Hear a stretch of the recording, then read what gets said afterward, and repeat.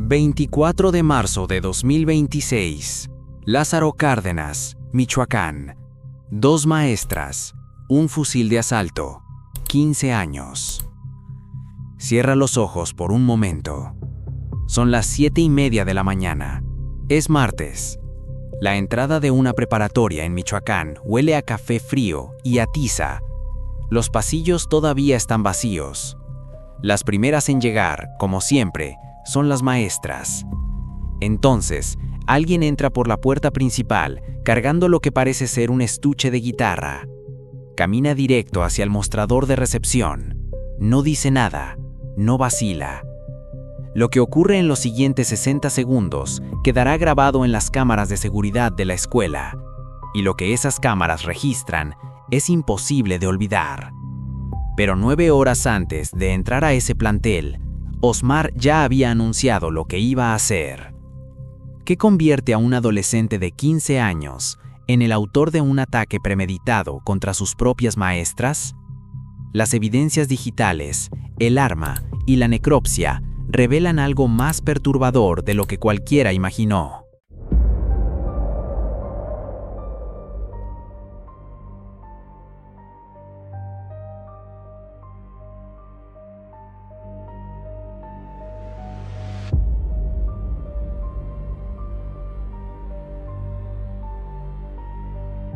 Bienvenidos a Rastros del Pecado. María del Rosario Sagrero Chávez tenía 36 años y llevaba 8 dentro de la preparatoria Macarenco. Era coordinadora académica, la primera en llegar cada mañana, la que conocía a cada alumno por su nombre. Tatiana Madrigal Bedoya tenía 37. Sus exalumnos la describen como una figura fuerte y cercana. Era el tipo de maestra que los estudiantes recuerdan mucho tiempo después de graduarse. Osmar tenía 15 años y era alumno de nuevo ingreso, sin reportes disciplinarios, sin antecedentes de bullying, sin deudas de colegiatura. En papel, era un estudiante más. Pero lo que ocurría en su vida digital era completamente distinto. La noche del 23 de marzo de 2026, alrededor de las 10 de la noche, Osmar empezó a publicar historias en su cuenta de Instagram. En la primera, aparece frente a un espejo, vestido completamente de negro, sosteniendo un fusil de asalto. La leyenda dice: "Hoy es el día". Las siguientes publicaciones muestran imágenes vinculadas al movimiento Incel, referencias al asesino en serie Charles Manson y un texto que la fiscalía recuperó y que declara odio directo contra las feministas. Entre las fotos y los videos aparece la misma ropa que usará horas después. La madrugada del 24 de marzo, Osmar toma un fusil AR-15 de su casa, modelo MIP-15 Patrol, calibre 5.56, fabricado por Smith & Wesson. Lo guarda dentro de un estuche de guitarra. Minutos antes de las 7:30, se detiene en una tienda de abarrotes junto a la escuela, compra un cigarrillo, después entra al plantel. A las 7:36 se reportan disparos desde adentro de la preparatoria. La Guardia Civil y la Policía Municipal reciben la alerta del C5 de Michoacán. A las 8:30, la Fiscalía General del Estado llega a la escena. Los cuerpos de las 2 maestras están en la recepción. Osmar, con las manos atadas por una cuerda por alumnos y un trabajador del plantel, está parado afuera, sin señales de crisis, sin arrepentimiento visible. Las cámaras de videovigilancia de la escuela lo registraron todo. Osmar entró con el estuche de guitarra, fue directo al mostrador de recepción, donde estaban las 2 maestras, extrajo el fusil. El fiscal de Michoacán, Carlos Torres Piña, confirmó en entrevista que el adolescente disparó primero por la espalda a una de las profesoras, impactándola en la cabeza. La muerte fue casi inmediata. Luego giró hacia la otra maestra. La precisión de los disparos no fue accidental. El fiscal subrayó que Osmar demostró conocimiento en el manejo del arma, disparando de manera certera incluso tras obstáculos físicos. Eso no es el comportamiento de alguien que actúa por impulso.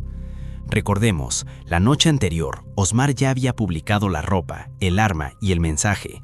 El crimen no empezó a las 7:30, empezó muchas horas antes.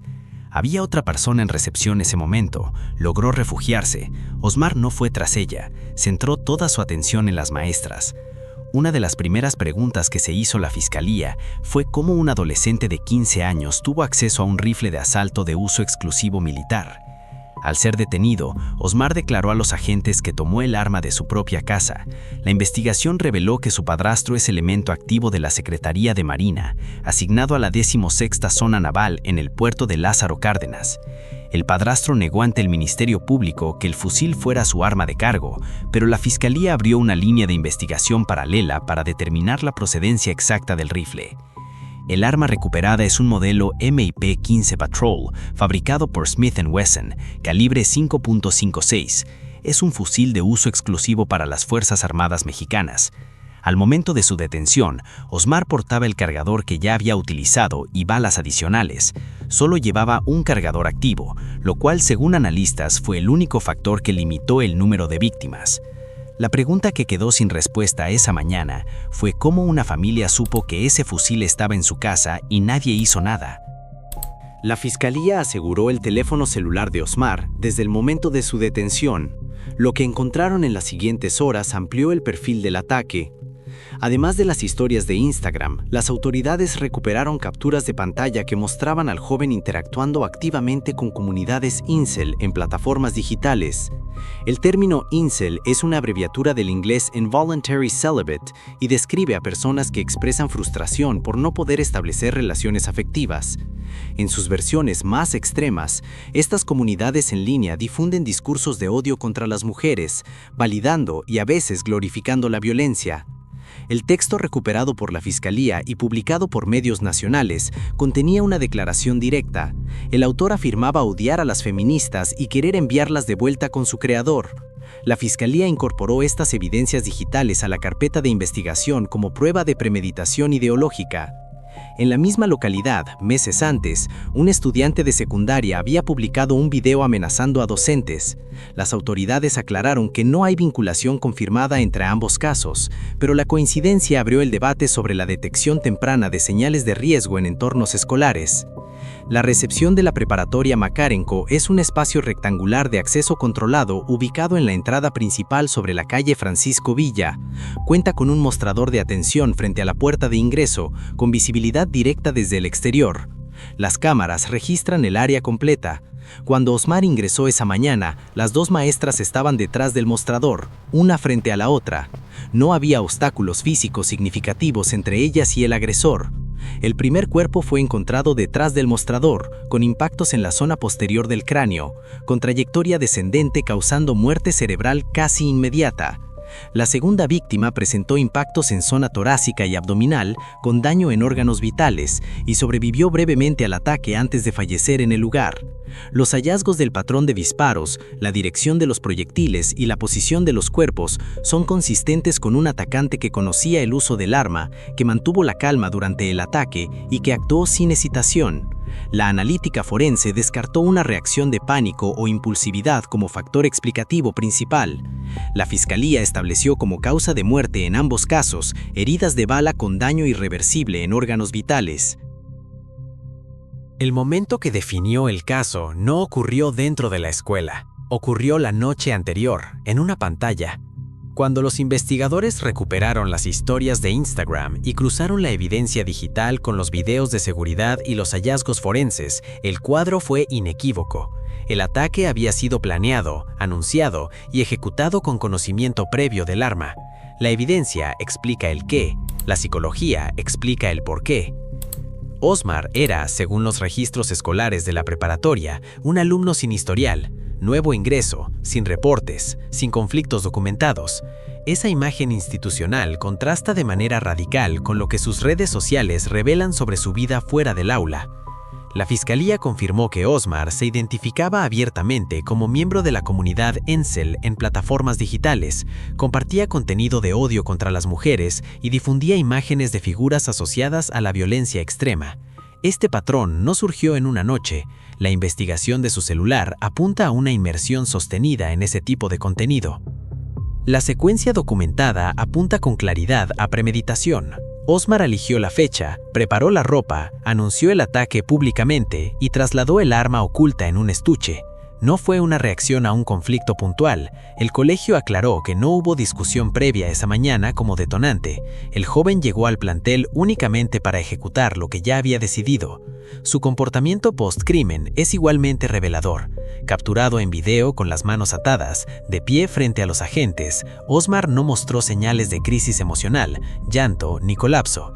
Esa calma, documentada por testigos y por las imágenes que circularon, es un indicador de un estado mental controlado durante y después del acto. El caso de Osmar se inscribe en un patrón criminológico identificado en múltiples países: el ataque escolar con motivación ideológica vinculado a subculturas de odio en línea. En 2025, un caso similar ocurrió en el CCH Sur de Ciudad de México, donde otro joven que se identificaba como Ensel atacó a un compañero e hirió a un trabajador del plantel. La radicalización en línea no es un fenómeno nuevo, pero su traslado a la violencia real dentro de instituciones educativas en México es una tendencia que las autoridades no habían dimensionado como amenaza sistémica.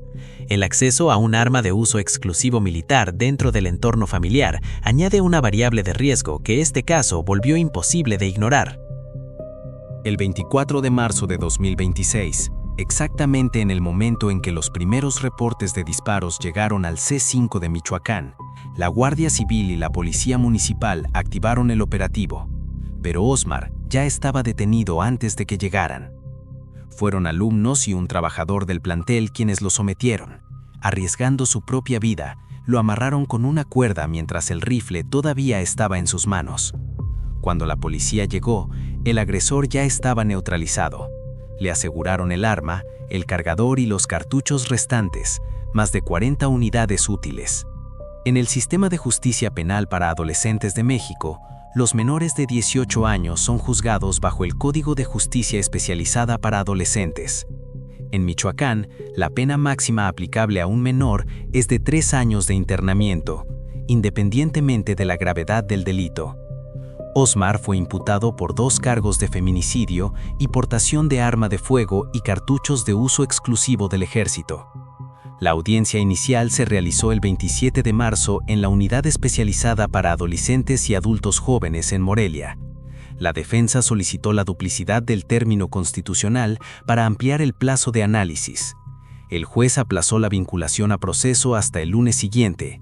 Osmar permanece en internamiento preventivo. El dato que más indignó a la opinión pública no fue la detención, fue lo que vino después. El gobernador de Michoacán, Alfredo Ramírez Bedoya, declaró públicamente que los menores que actúan con premeditación deberían enfrentar consecuencias equivalentes a las de un adulto, y llamó a revisar el sistema penal juvenil. La Fiscalía Estatal confirmó que buscará que Osmar sea juzgado como adulto, basándose en jurisprudencia de casos similares con menores sicarios en el estado. Lo que la evidencia forense establece sin lugar a dudas es que este crimen no fue un arranque de violencia adolescente, fue un ataque planeado, anunciado con anticipación y ejecutado con conocimiento del arma. La trayectoria de los disparos, la calma post-crimen y la preparación previa configuran un perfil que los especialistas en criminología describen como ataque de motivación ideológica con planificación sostenida. El eje criminológico del caso apunta a 2 fallas simultáneas: la radicalización invisible en entornos digitales y el acceso doméstico a armamento de uso militar. Ninguna de las 2 fue detectada a tiempo. La escuela no tenía reportes sobre Osmar. La familia no reportó señales de alarma. Las plataformas digitales no activaron ningún mecanismo de alerta, a pesar de que el contenido publicado era público. El caso reactivó el debate sobre la seguridad escolar en México, la responsabilidad de las plataformas digitales ante el contenido de odio y la adecuación del sistema de justicia juvenil frente a delitos de esta magnitud. La SEP emitió un comunicado llamando a fortalecer las comunidades escolares. Organizaciones de maestros exigieron protocolos concretos de prevención de violencia. El debate sigue abierto. Osmar permanece en internamiento preventivo en la Unidad Especializada para Adolescentes y Adultos Jóvenes de Morelia, Michoacán. La audiencia de vinculación a proceso fue aplazada al 30 de marzo de 2026. La Fiscalía busca activamente que sea juzgado como adulto. El padrastro y la madre del menor fueron citados a declarar. El arma sigue asegurada como evidencia. Francisco Delgado Madrigal, esposo de María del Rosario, declaró entre el dolor y la indignación que este crimen no puede quedar impune sin importar la edad del agresor. La presidenta municipal de Lázaro Cárdenas, Rosalinda Zavala, lo expresó así: "Hoy Lázaro Cárdenas está de luto". La noche del 24 de marzo, familiares y amigos de las víctimas colocaron decenas de veladoras y flores frente a la preparatoria. Al día siguiente, marcharon del Tecnológico Nacional de México hasta el plantel. La comunidad educativa entera lleva una semana procesando algo para lo que no había protocolo. Las señales estaban ahí, visibles, públicas, al alcance de cualquiera que hubiera mirado. Nadie miró. En el próximo episodio, un caso que comenzó con la desaparición de una joven y terminó revelando una red de complicidades que nadie en su comunidad quería ver. No te lo pierdas. Si llegaste hasta aquí, ya sabes lo que hace diferente a este canal. Nos vemos en el siguiente expediente.